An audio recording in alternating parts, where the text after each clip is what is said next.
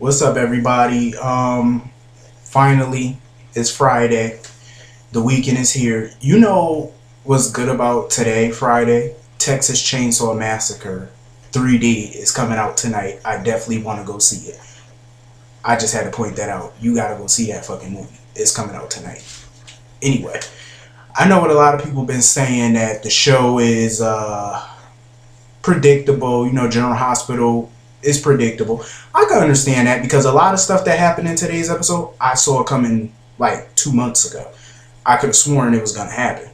But it is what it is. I still enjoyed today's episode. I think today's episode was a great cliffhanger Friday. I think it was the best in a while. So I enjoyed every minute of it. Anyway, let me just say congratulations, Olivia Falconeri. You finally got your ring.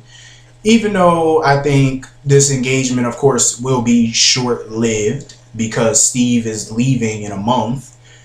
Steven Weber is leaving in February. I'm just not sure the exact date yet.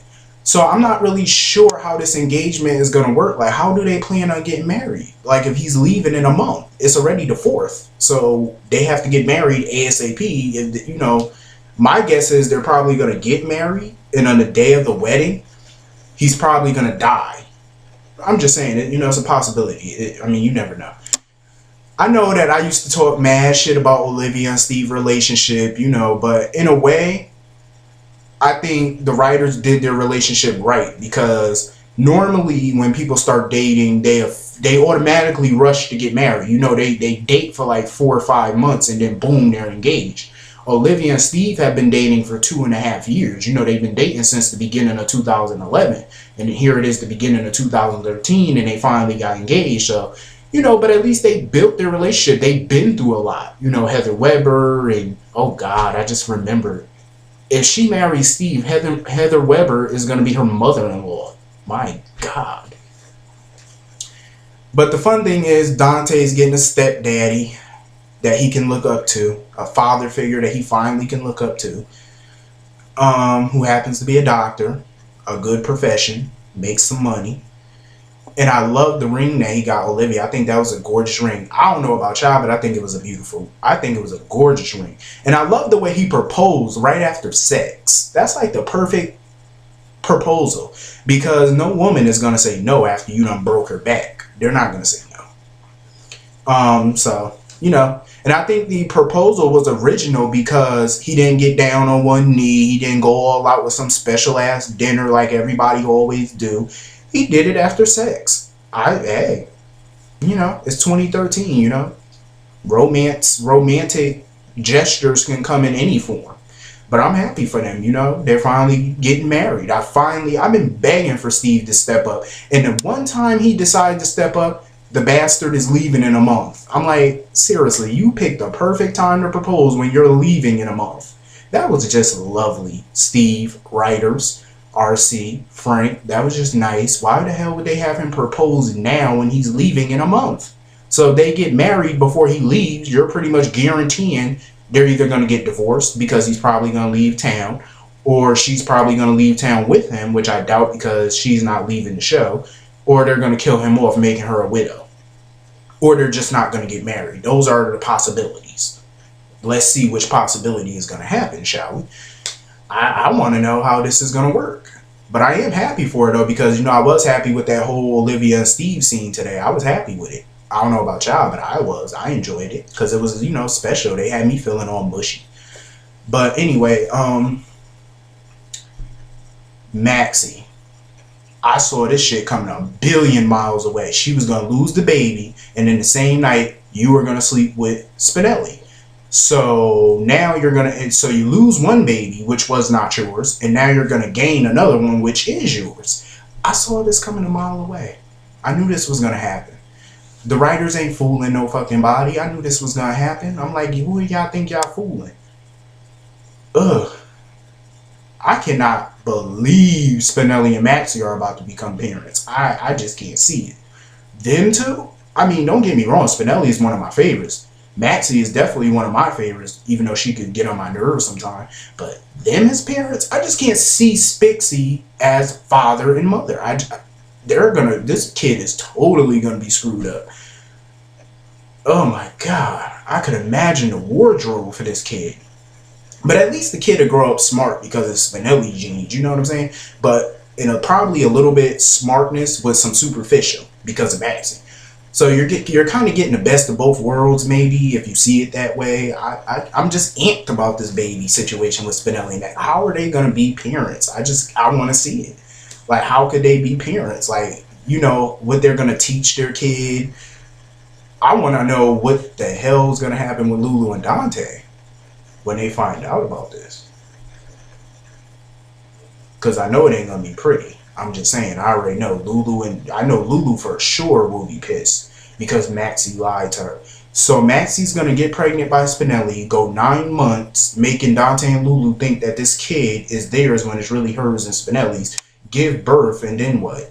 Hand the baby off or decide to keep it? Because I know Spinellie probably gonna have a problem with her deciding to give that baby away to them when it's his child. Because Spinellie doesn't strike me as the type to abandon his child. Like David Vickers Buchanan abandoned him. Yeah, I said it. I'm really thinking David is his father. I'm starting to think so. It all fits in a crazy way. It all fits. But you want to know another possibility of who Spinellie's biological father could be? Frank Smith. If y'all not aware of Frank Smith, you remember Frank Smith, the guy Sonny Corinthos used to work for back in the day, or work with, the mobster? He has a son named Damien, but his last name is not Smith, but he has a son named Damien. You might want to look into that. I just found that out like a while back. His son name is Damien, and I was surprised. I'm like, could it be?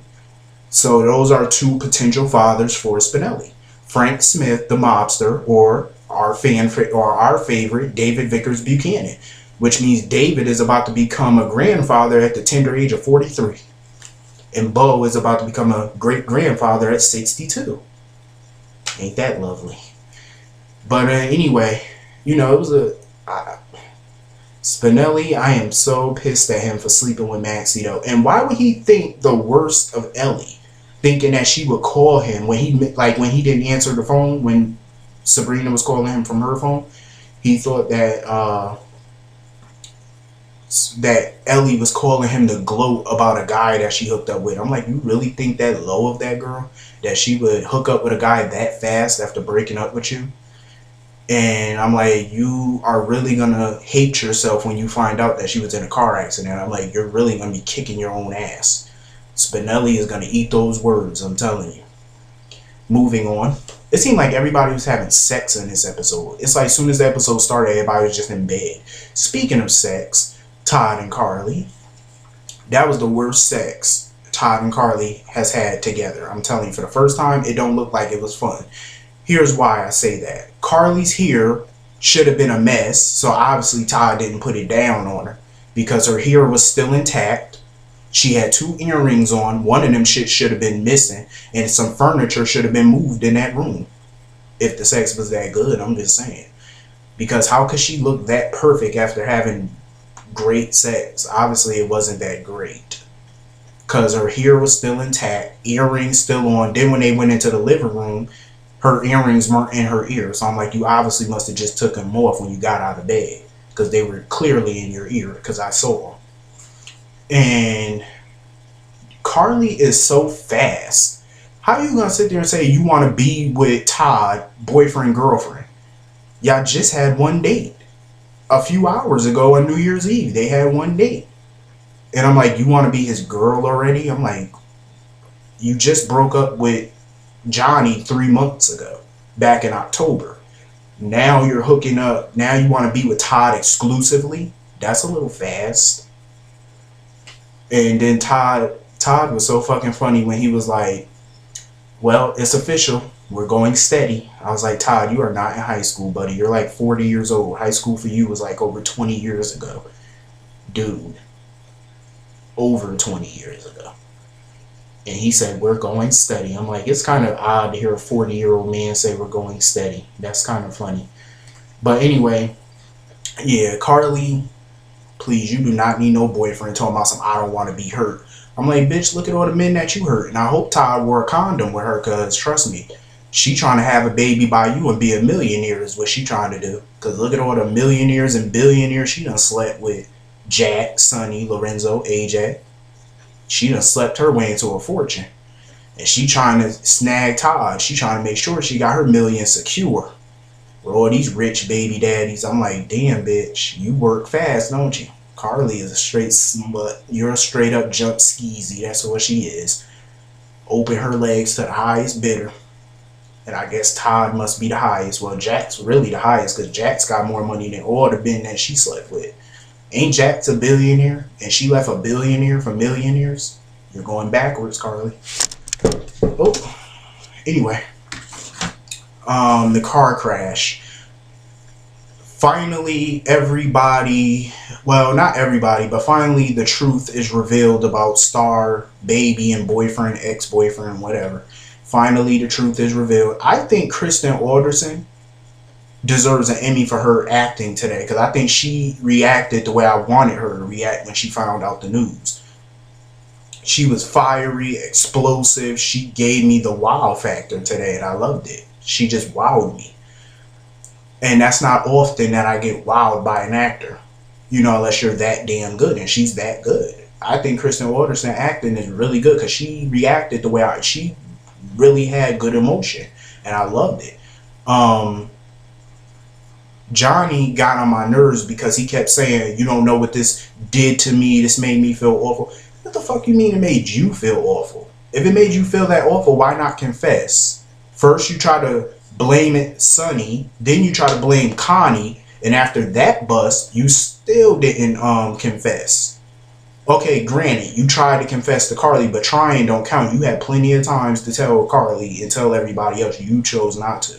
Even a few weeks ago, you could have told Starr. You chose not to. You chose to take long in revealing the truth when all you had to do is spit it out. And you keep saying that you felt bad. How about how she felt? She lost the love of her life. She lost her daughter. You know, who she loved.